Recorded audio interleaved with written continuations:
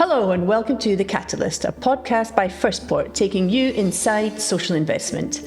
In each episode, we speak to people operating inside the social investment world, whether it's a founder, a social investor, or a partner in the ecosystem. We are going to demystify social investment and explore what social investment is, what it means to be investment ready, and what it means to fund a social enterprise. I'm Emily Macdonald and I head up the investment programmes at Firstport. And today I'm joined by Trudi Donahue. Trudi is the founder and CEO of Wild & Kind, a Glasgow-based social enterprise that empowers neurodivergent creatives, third sector workers and social entrepreneurs by providing flexible co-working space and a range of support services.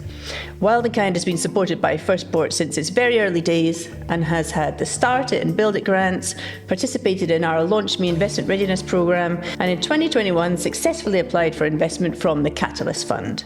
So Trudi is the perfect guest to have on this podcast to talk about her experience with the Catalyst Fund.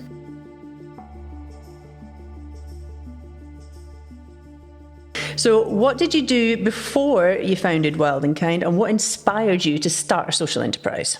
Before I started Wild & Kind, and I had no idea what a social enterprise was. I think that's quite common for a lot of social entrepreneurs. You kind of have this burning sense of injustice and you know that there's something you want to do with your life that helps others.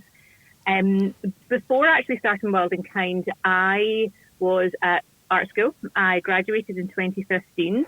I did a degree in sculpture and environmental art, and anybody else that has a similar degree will know that it's not really the kind of degree that you just go on to get a job from. It's a tricky one. You know. And, yeah.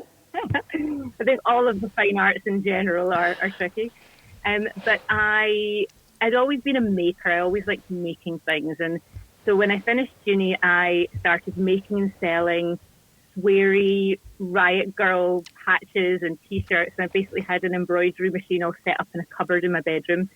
And I started a wee Etsy shop. And Etsy is obviously a totally different thing now than it was back then. That's a conversation and a rant for another day. But it did really, really well. It was kind of a bit of a right time, right place situation, in that embroidered patches were just becoming quite a big thing in mainstream kind of like fashion. And at the same time, kind of feminism was becoming a more kind of prominent conversation again as well. So it kind of picked up really, really quickly, did really well, and it became my main source of income for a good few years. But I was really lonely. I was working from home a lot. I was kind of less and less feeling that I was part of a creative community. And so the first thing I did is I joined a co-working space, a Glasgow collective. And I thought, okay, this is what I need to get like the kind of community around me. But I still felt like I was just kind of in my wee room, kind of plodding away.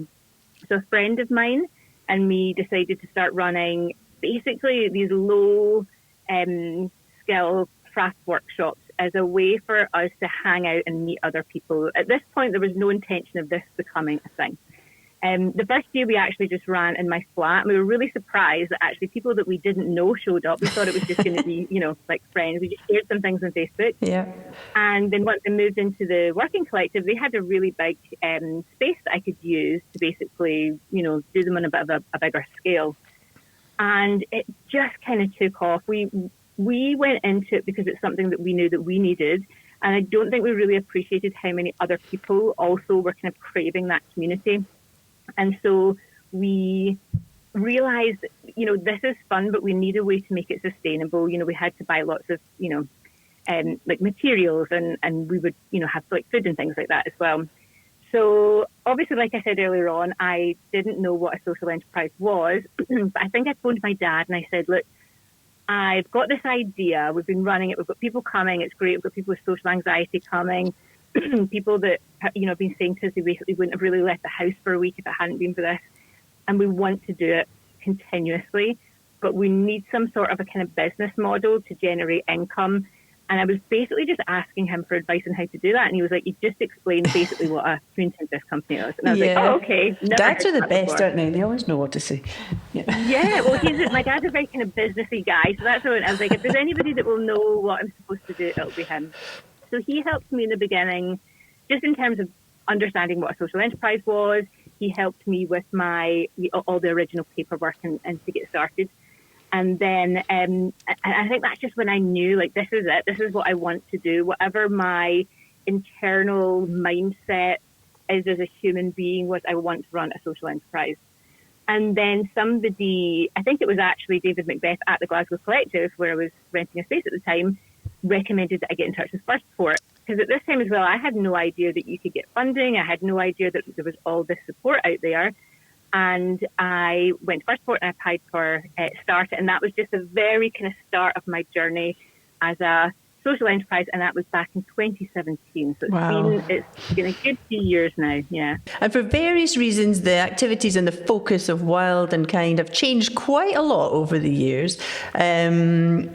And you have said it was a bit of a pivot. Can you talk us through what changed and why? So it's funny because I actually hate the word pivot. I know, pivot's a horrible word. I don't know why everybody seems to hate the word pivot. But it is the best, phrase to use so that people can fully understand, what you've gone through, these big changes. And it's funny because we've actually had two big pivots that have kind of taken us to where we are now. The first one was back when in the pandemic, basically. Yeah. So we had decided, we'd been running our workshops. We had started to generate income through print and embroidery services. Obviously, that was my background from what I had done before. But we never really wanted to become, or at least then the plan wasn't to be a print and embroidery company. This was just something we were doing to bring in income in the first couple of years. And we realized that we wanted to get a big space. Like at the time, we basically just had a kind of small room and a space to run a workshop. We wanted something that was all ours, where we could run our workshops, where we could have maybe some studio spaces and some co-working. And then we wanted to rent out the equipment and upskill people so that they could come in. They had the, empowerment, and they had the skills to make their own products and have a lovely creative space where they could build a bit of community. And then obviously we would run our workshops there too. Sounds great. The main problem was we took on this big tier lease just a few weeks before the pandemic kicked in. That's an issue. That was, and I think there's so many people that I think were going, starting off with these ventures at a similar time. And, for some it was really, really difficult when it had to close. For us, we decided that we really wanted to push through. And even though everything that we had taken the space on for was about physically bringing people together, at the time we obviously didn't know how long the pandemic was going to last. Nobody did. So we thought, well, what we'll do, we've got this equipment. We had already been doing a little bit of print and embroidery for people. So we were just going to focus on that again until, we were able to start bringing people back into the space again. So we did that. We pushed our print and embroidery, and it was really successful. And I think that was a little bit of a surprise to us as well. But I think what was happening was a lot of people were on furlough, a lot of creatives that maybe had jobs that they didn't like. Yeah. And all of a sudden, they were able to, start a little business from home. So that picked up. It went really, really well, and it gave us this period of rapid growth. Now, anybody that's gone through rapid growth will know it's actually not all it's quite scary. Yeah. It's terrifying. And I think for us as well, we were only a few years in at this point, so we were still very inexperienced, not just in business, but just in managing economic difficult, situations like that. And so we, we had to hire more staff, we had to grow. And again, that was great for a while. We got social investment then to kind of keep pushing. However, the cost of living crisis then came in. So this was our kind of second pivot, where we realized that, first of all, a lot of the customers, the regular customers that we had, some of them were shutting down. Some of them were just not getting the orders that they were previously getting. Therefore, that wasn't coming through to us. And when we had taken social investment at the beginning of 22, our plan was to do this really big push for workwear, these bigger bulk, because we had a huge capacity of what we could do. We just weren't kind of reaching it yet. And so it just kind of came crumbling down. It just it wasn't working anymore. We were making too much of a loss every month, and we pushed through. And in hindsight, and obviously hindsight's always 2020, there are changes that I probably should have made earlier on. But I think when you are in a position where you have a team and you have staff and their livelihoods are relying on what it is that you're doing, you do absolutely everything possible to kind of keep going and keep going. However, it did get to a point where it was just no longer sustainable. And to make it a bit more complicated, I had a newborn baby at the time as well. So I was printing T-shirts. She's in a little rocker under the table. I'm doing that with my foot. And you're doing it all. Yeah. Doing it all. Oh, the life of motherhood, eh? Mm-hmm. But so it just got to a point where I just physically couldn't keep going on that way. So we basically decided that was it. No more print and embroidery. We sold off all of our equipment so that we had the breathing space to be able to make all the changes that we needed to make. And we actually went right back to our pre-pandemic plan, which was turning this back into a creative space. So we've set up all of our studio spaces. We now have a co-working room, and it's affordable. It's, we have a community lunch every day. Everything that we're doing is about bringing people together in a space that is facilitated and is, warm and welcoming and encourages conversation and friendship between people. So it's funny that the journey that you go on isn't always what you expect. In our case, it's kind of taken us full circle. For other people, it might go off in a completely different direction. But it has been a wild ride, that's for sure.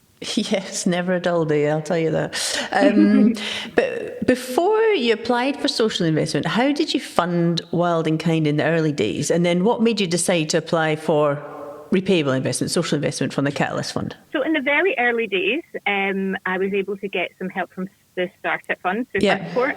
And then we also took on the Build It Fund through Firstport as well. Those two grants were really, really key in us being able to take that step into the premises that we took on now, obviously just before the pandemic. So that's really what helped us get there. But I think it's always really important to acknowledge the role that financial privilege plays when you're building a business or a social enterprise. Because for me, there were lots of times where I could not pay myself, and there was also lots of times where I had to put a little bit of money in as well to keep things rolling. And I think it's really important to acknowledge this, because I think if you're building a social enterprise without having financial privilege, it's so easy to look at what other people are doing and feel disheartened that you haven't quite been able to reach the same goals that they've been able to reach, whether it's in the time frame or at all. And I think it's one of the things that's really been a driver for me to now help other people that maybe haven't had access to the range of support that others might have because of different, not just financial privilege. I personally feel like I've got lots of other privileges as well that have helped me be resilient, have helped me continue on the path. Even just having like a supportive family and having a husband, God bless him, that has let me work late nights and it's never been, it's never been an issue. So there was so much support from Firstport in the kind of grant funding days, as well as, having the privilege to be able to support it myself as well. And then when it came to the point for applying for actual social investment, that came about really because of that period of rapid growth. We had, I think in our second year, we'd taken in 25,000-ish. And then in our third year, it was 181. So it was a really big growth, jump for us. And we really needed to get investment to essentially keep going in that direction. Because what happens when you have periods of growth, especially doing something like production, is you need skilled staff, and you need to be able to hire an embroidery person on a full-time how you can't just have people jumping in and out and helping here and there. So that was all only possible to keep going in that direction if we had another little bit of investment to help us through. I get it, right. So the investment you applied for at that time was for equipment and staff, basically just to support the growth that you could see happening? When we applied for the Catalyst Fund, we actually applied for help with staffing. So because we had a relatively natural, organic growth, without any experience in sales, all of our sales were just coming in either word of mouth or from our Instagram account. We had never really put together any sort of marketing campaign or anything like that. So we thought, well, if we want to keep growing and we want to get these bigger orders, we're not talking about, like just, 10 T-shirts here and there. We wanted to get orders of like 300 sweatshirts at a time to be able to have the momentum that we needed to keep moving. So we really needed to hire an experienced salesperson to help us on that path. So that's a perfect use for repayable investment, really. So you need a person to help you then attract more sales, and then you can obviously repay the loan from growth in the sales of your products. So that, on paper, it seems an ideal thing to apply for investment for. In terms of the LaunchMe program, obviously you went on the LaunchMe investment readiness program. Were you on that program before you decided to apply for social investment, or which way round did it go? So I was on the LaunchMe program before I decided to apply for social investment. Right. And if I remember rightly, I don't actually think the Catalyst program had started yet when I was on LaunchMe, or it was just becoming a new thing. And so when I took part in the LaunchMe program, I knew that I needed something to help, but I kind of didn't really know what yet. And again, I think that's similar for a lot of people that go in the program. They know where they need to go, and they just need all the kind of help and support to get there. So that was really good for me, because I really do well with peer support. And I think for me, being part of a program where we're not only getting advice and guidance, but having a space to talk to other people that are going through a similar journey was really, really important in being able to kind of take that next step. And it's been a while now, so I can't remember how long it was after the LaunchMe program that I actually applied for it. But I feel like it really prepped me for not just thinking about grant funding, but thinking about that next big step that we needed to reach.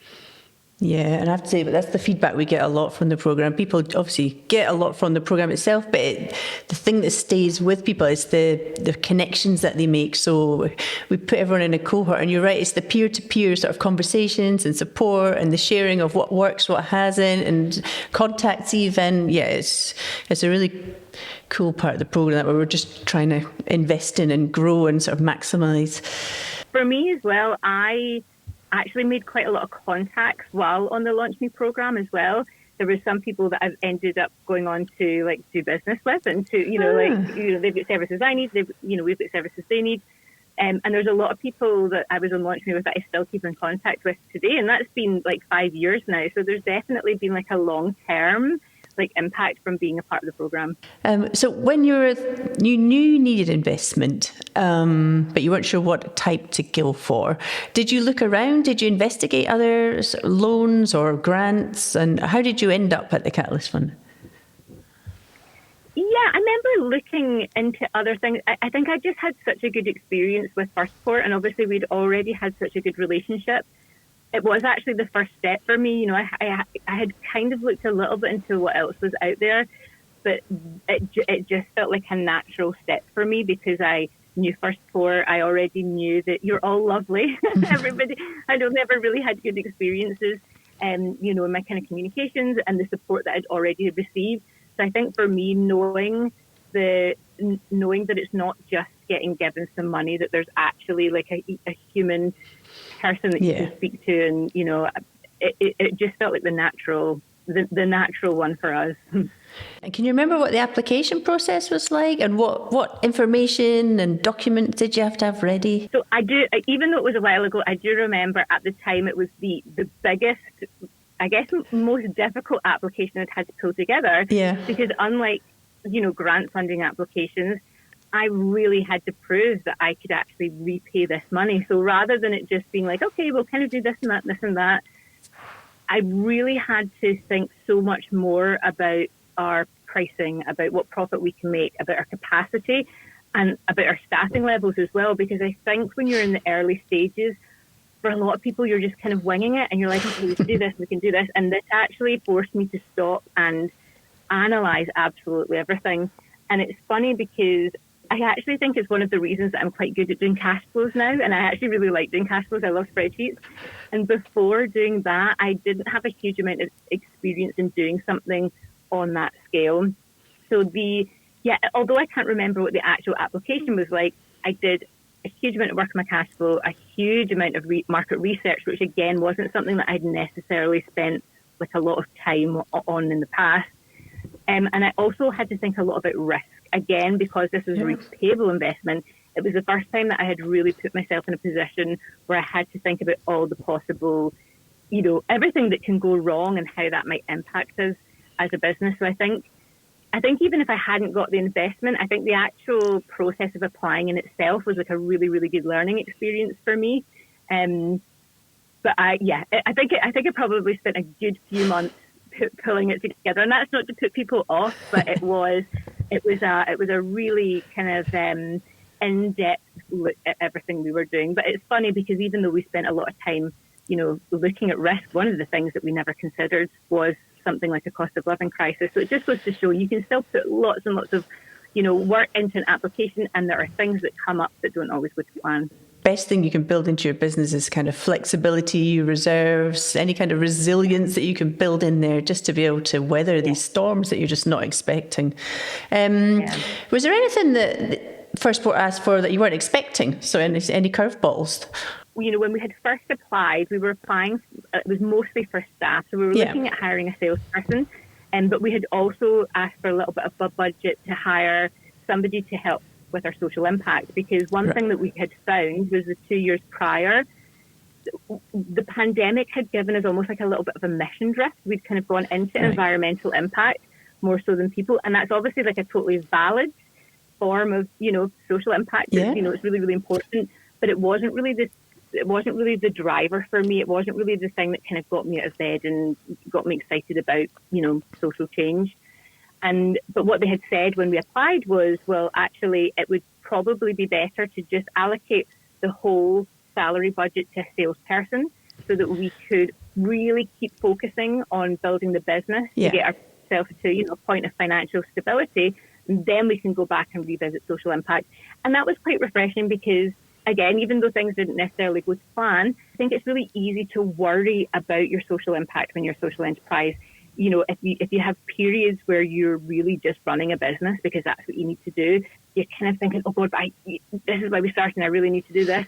And I think it was just nice to hear from a funder that actually, no, we understand sometimes you need to just focus on the business to get to where you need to be. So I think that was, still really helpful in a way. Yeah, it's interesting. It's trying to get that balance, isn't it, between spending the time, making sure you've got a sustainable business at the core of what you're doing, and then that enables you then to deliver the impact that you want and give the community and that you work with. You never get the balance the way you want it to. But no. Just again, that's just like That's right. These things ebb and flow. Absolutely right.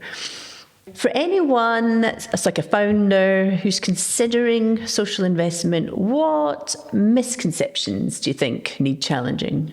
I think probably the thing that I hear from most people when they have anxieties about social investment, having always maybe, only experienced grant funding, is the worry about having debt. The worry about all of a sudden owing lots of money. And I think that's a totally understandable fear. I think it's totally understandable for a variety of reasons. People might have their own negative experiences with debt. Some people might never have debt before, so it's a really, really scary thing. However, I can wholeheartedly say from somebody that has taken social investment and now, things didn't go to plan. We're now in a position where we actually have quite a lot of debt. It's not a scary thing. All businesses at some point have to take on a little bit of debt. All businesses have to make a little bit of a loss to be able to get this. It's never, ever just a straight line up. There are going to be times where you need a bit of support. And I think the important thing to remember is when you're looking for social investment, it's looking at social investment that works for you and is going to be flexible. And I think that's why the Catalyst was so appealing to me, is because we were able to make repayments based on turnover. So that was a really big safety net if things aren't going to plan. And also, again, the support that came with the investment itself. It wasn't just, okay, here you go, there is some money and go and do your thing. And if it doesn't work out, well, that's it. Tough kind of thing. If I had taken investment from a high street bank, for example, I don't think we would have been able to navigate things as easily, if we just had a set repayment every month as we have been able to do with the Catalyst Fund, purely because of the way that the repayment structure is. So I think anybody that is worried about it, and again, this is where building a cash flow can really, really help, because you can work this in and you can see, okay, well, actually, if we were to have some difficulties, how is that going to affect the payments that we make? And it's a bit easier to see, okay, that is actually manageable and it's something that we're comfortable doing.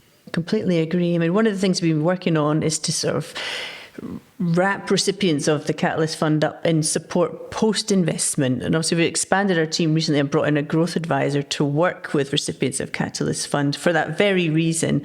And it's early days, but have you noticed a difference in having a growth advisor? Have you found those conversations and support useful? Absolutely. And I think because I think we were one of the first Catalyst recipients. And so it was really great to have the support in the early days because, when things go wrong, it's nice to be able to contact Firstport and get advice ad hoc as and when we need it. But I think maybe for a lot of people, when things aren't going to plan, it's easy to kind of bury your head in the sand, or it's easy to feel embarrassed that you've not been able to do things. It's easy to feel that you're going to get into trouble if you say things haven't gone to plan. So I think now, having Kerry, who's absolutely fantastic, it's been really great because it kind of actually just feels like you've got another brain in the mix. It feels like you've actually got somebody else kind of almost on the team helping guide you rather than it being maybe like an external, source of support. So for us, I think, like you say, it's early days. It's already been really, really helpful just having that extra mind involved in the kind of the planning and the direction of where you want to go. And you obviously things were a bit difficult for a while at Wild and Kind. What kind of support did you get from Firstport through the difficult times? Was it easy to have a conversation and to share the sort of the story of what was going on, and what kind of reaction did you get from Firstport? Absolutely. I mean, again, because we had previous grants through Firstport, I already had quite a good relationship with a few people there. And big shout out to Ray Banks, who definitely had to Ray hold my will love hand. this, yes. I had to hold my hand through a few teary phone calls and Zoom calls when everything was overwhelming and was a bit of a struggle. But I think the thing that really stands out to me most when I think back is I always felt that Firstport had my well-being and my mental health as a priority. I never felt like I was getting into trouble. I never felt like I was getting the blame for things not going to plan. And I think that really, really helped me, first of all, be so comfortable coming forward and saying, okay, this isn't working, can I get some help and whatnot. But it was really, I think it was fundamental in me actually having the strength to push through, because I feel like I'm quite a resilient person, but there's only so much a human being can take when it comes to stress. And just knowing that that you really valued me as a person and wanted to make sure that I was okay, I think was just such a key, key to the success of where we are now. How is Wild and Kind now? Are you are you stable now? Are you growing? Have you got a clear sort of vision for the next couple of years? Well, this is a funny thing because... No, you meant to say yes now. You meant to say yes, I'm on a firm... Yes, yeah. I'm joking. No, what is the plan? Every time you go through like big changes, I think as an organisation, and we've obviously gone through, two of these big pivots now. And it's funny because when you have to, have a hard reset, or you have to, take a totally different direction, you feel like a startup again. So you actually feel like back at the beginning. It's fair enough, we've got a bit more depth, but we've also got a huge amount more knowledge. So at the moment, we're in a place where we are basically breaking even every month. And that is, for me, that is success. That's a huge success, considering where we've been, considering some of the challenges. And what we did when we kind of thought back to, okay, how are we going to shape things so that we are more, it's not necessarily about financial stability, it's just like overall stability. Like, how will we weather these storms? What can we do to make sure things, if there's another economic crisis, and we're kind of headed that way just now as well, what can we set up to make sure that we're just that little bit sturdier? And so the idea of turning, everything back into studio spaces was, we're in an area where studio spaces are in demand. Yeah. We have enough space here to generate enough income, relatively reliable income that covers all the base costs of running Wild and Kind. So we feel like we've kind of future-proofed the base. We've future-proofed this little thing that means we can have a little bit more time to think about stuff that we want to do. We're not doing that whole every single week, every single month. Oh my goodness, is there going to be enough coming in to pay the bills? We've managed to overcome that barrier. And so for a lot of people, that's where they want to be, at the very beginning. And I'm saying we're going for 9 years now. We've only just got to that point. But for me, that is growth, being able to get to a point where we have like a really solid foundation. Yeah. And we are looking to some new exciting things, because even though, at the moment, like I say, things are just kind of ticking over, it's given me a little bit of a breather. It's given me a little bit of time to replenish my energy and not be in that constant state of stress. So that's a personal growth. That's not really just good. growth. Yeah, absolutely. And now we're looking to expand and take on a larger premises. What does the team look like? So it's yourself and how many other people, and what skills have you brought in? Obviously, over the years, we've had an increase in team and then a decrease in team as well. So in the early days, it was really just myself and Rachel plodding along. When we built up to being a print and embroidery company, we had a really amazing team of creatives helping us with the print side of things and the embroidery side of things. So we're all off doing amazing creative things as well. In fact, Kerry, who was doing embroidery, is still doing embroidery now. And but at the moment, it's myself and Helen. So Rachel, who was key, like a key team member in helping build Wilding Kind to what it is away working with GSEN now, which is really exciting.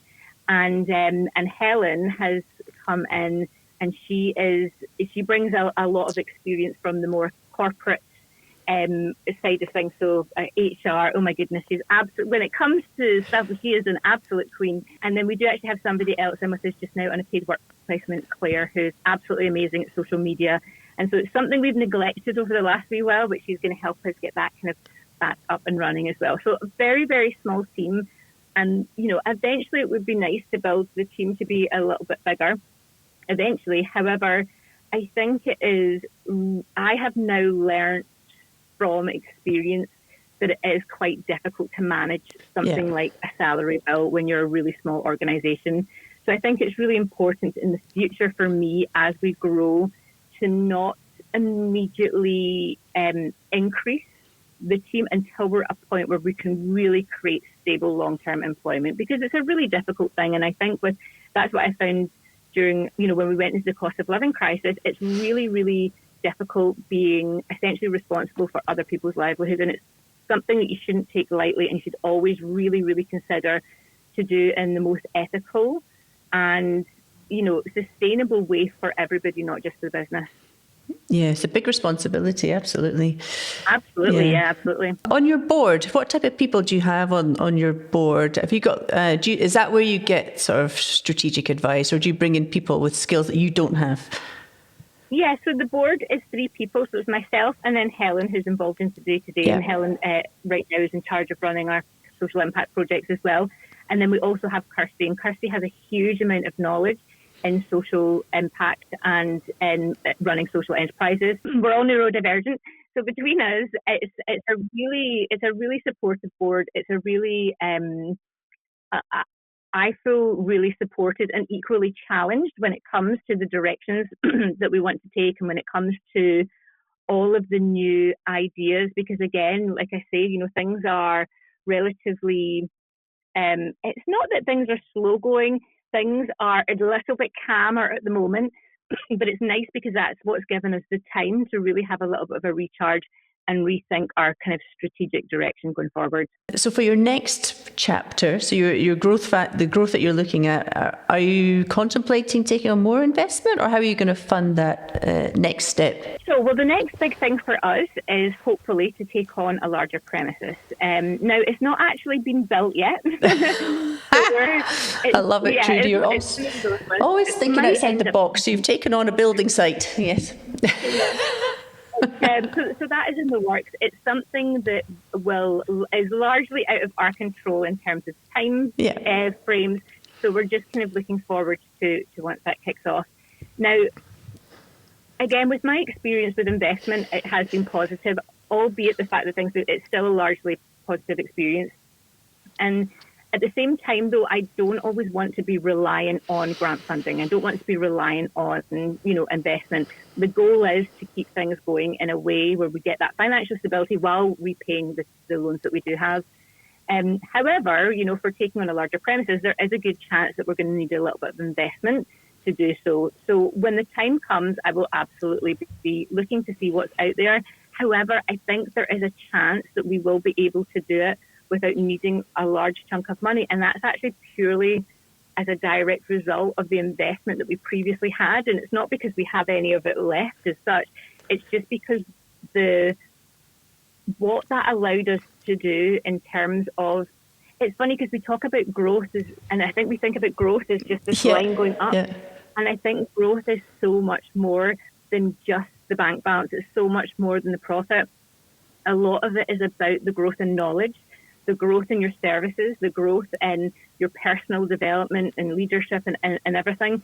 And I think for me, even though, it's funny thinking about feeling like a little bit of a startup again, it's being a startup again, but actually with all of the tools and all of the understanding. And, a lot of people would say, oh, well, if you had to start your business again today, what would you do differently? And actually, when you go through a bit of a hard reset, you can actually do that with all, the skills and the knowledge that you've learned over time. So that's what the previous investment gave us. It gave us the tools that we kind of need to then be able to do things without needing as much in the future. It's not to say everybody's going to have that path.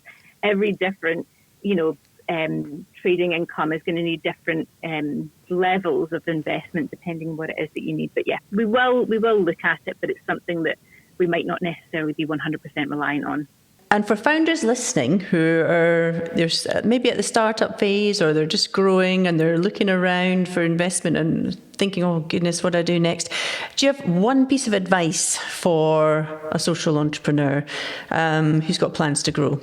Yeah, so I think there's some obvious ones that you could say, make sure you've got your finances, your cash flows. They're kind of boring, right? We can help them with that, yeah. They're helpful, yeah. Obviously, they're key parts of it. But I think if there was one piece of advice that I was to give, it would actually be to just show up to everything you can possibly show up to. Events, show up to programs like LaunchMe. Another one that I did that was great was the Ambitions program with Social Investment Scotland. Show up to other social enterprise events, show up to workshops. Do as much as you possibly can where you're in the room with other people and with funders. It's helpful for a few reasons because obviously there's the learning that comes from, going to workshops, and the knowledge that you can get. But there's just something about that peer support, and it's not just being in a room with people where you're sharing stories. That's obviously great. That's really, really helpful for your own well-being. It's really helpful for your mental health to have that support network. But it's also just really helpful to be seen. It's really helpful for people to know who you are. It's really helpful if you're in a program and a funder can see that you are hungry for growth, you're excited about it, you're passionate, you're putting in the time and the effort to be there. I also just think there's so much to be said through word of mouth. I think now, especially, we don't always trust reviews, we don't always trust what we see. Being in a situation where you're being seen by other social enterprises, they're going to share your services as, I've heard somebody needs this. Oh, I met this person on a program. There's so many good things that come from the connections that you make with other people that even though it's not necessarily directly tied to investment as such, I think it really, really helps you know what's out there. It helps you get a better understanding of the landscape itself. And then obviously just the pure support that comes with it is such a bonus because, like I said earlier on, I've still got people that I keep in contact with, from LaunchMe and the Ambitions program. And there's people that I have gone on to use their services and they've gone on to yours. So it's a really, really supportive thing to do. And I think, when you are, and it's funny because when I've been talking about investment today, I've actually been talking quite a lot about how things didn't go to plan for us. Yeah. The thing with that is, though, the point that we're at just now is positive. And even though we've gone through that journey of ups and downs, is a positive one because of all the support that I've had. And large part of that has been, part of programs and, going to events, networking. I hate the word networking. There's so many words that I don't like. It does make you cringe. Yeah. And I think it's very, very easy to, see something and think, oh, that would be great. I'd love to go to it, but I don't want to go on my own, or I'm nervous that people in the room are going to be further ahead. And I just get that out of your head. We're all equals. We're all just trying to make things work, and being in the room with other people that have the same passion and excitement with you is really, really recharges you when you're feeling low. So it's I would almost say that if you're feeling anxious about it, that is the time to then push yourself to actually to show up. Yeah. But you've steered Wild and Kind through Brexit, the pandemic, the cost of living crisis. Has that experience and the sort of the impact on Wild and Kind, has that impacted the way you would approach investment now? In that, would you be a bit more cautious, I guess, or would you do a bit more stress testing, or would you be a bit more, I don't know, scale back your cash flow forecasts or that kind of thing? Yeah, I think I would probably definitely risk. Risk is something that even though I felt like when I applied for the cash flows, I did a huge amount, like I said, a huge amount of market research, really, really thought about risk. And even then, things still did not go to plan. And so I think for me, I am definitely more cautious with everything that I do now. And I think that's important, because I think before like I said, especially when it came to salaries, in hindsight, I probably should have actually stopped what we were doing way sooner than when I stopped it, because in my mind, and again, it's, when you've got people's livelihoods, you're like, let's just keep pushing through, we can make it work. And I think now that's probably the biggest thing that I would make sure that I had really, really taken into consideration was, okay, what are the markers? What do I need to stop? Or when do I need to recognise that things aren't going to plan and maybe put actions in sooner than I did? Because I think that's definitely something that, again, I think you only learn from going through it, from going through really difficult things, is how to manage it. Nobody can teach you that at university. Nobody can tell you, and you take it on and you're like, okay, that's what, I'll take that advice on.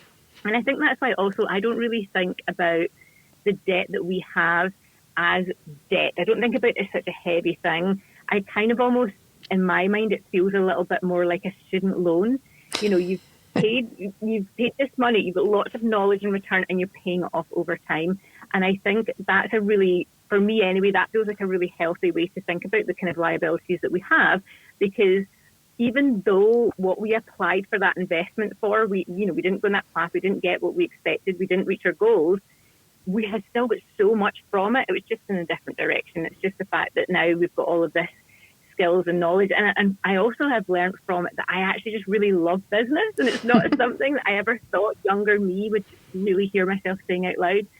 I've always been a problem solver, and I love puzzles. And I think there's something about building a business. And again, like I said earlier on, I've always been a maker. There's something about this idea of building things that has really helped me enjoy what it is that I have been doing, and now I get to share that knowledge with other people, which is, I think it's really taken me right back to that, the early version of myself that just knew that I wanted to start a social enterprise because I wanted to help people. I've kind of gone through all this ups and downs, and now the help that I'm giving is to other people that are just about to go through the journey that I went through, hopefully not quite as rocky is what I went through. But that's what I love about working with you, though, because you are so creative, not just in the crafty sense, but just the way of thinking about things from a different direction. So the way, obviously, we work together now on cash flows and cash flow workshops, and it's just the way that you can gamify things, or just approach it in a different way that maybe some people will understand better than the traditional cash flow work or whatever. Well, I think it's funny because there's, we kind of think of neurodivergent people as being relatively underrepresented in business, but actually I think it's just that most business owners are not yet diagnosed. I think a lot of people that are neurodivergent think differently, and they have struggled to work for an employer, therefore they go down their own. There's all these things that make a neurodivergent brain particularly good at running a business, but we do need more support, because I never knew about spreadsheets until I was in a position where I had to start doing them. And it was only when I was forced into it that I realised, oh God, I love this. I didn't realise that it was basically, I mean, in my mind, I feel like building spreadsheets feels like playing a puzzle game, because I'm like, okay, I need to do this, and I need to use these bits of data to get there. So for me, it feels like a game, and it's not to say that you have to be creative or neurodivergent to like run a good business. I think it's I think a lot of us in particular are drawn to that lifestyle, and that's what we want to do. But I do think there needs to be more support, just in the knowledge building side of things, because a lot of support and guidance is given as text, it's given as presentations and PowerPoints, and actually we kind of tend to learn a little bit better through fun. And obviously I'm generalizing here, but I think everybody learns better when they're having fun. I think most people, if they were to learn something through a game or through play, are going to take it on much easier than if they just have to read a document. So I would love to build a computer game that taught people about how to run a social enterprise. So there we have it. Trudi has led Wild and Kind through some really difficult times, but is using social investment and all the support in the ecosystem to support their growth and to deliver real social impact within their community. I just want to say a huge thank you to Trudi for being here today and for sharing all your experiences and insights with us. And to everyone listening, please go and have a look at the services offered by Wild and Kind at wildandkind.com, and also you can find them on Facebook at Wild and Kind Kick, and on Instagram at we.r.wildandkind. And if you would like more information about Firstport's investment readiness support, or to find out more about our investment products, please look at our website, firstport.org.uk. So you've been listening to The Catalyst with Emily Macdonald. Join us next time as we continue to demystify social investment.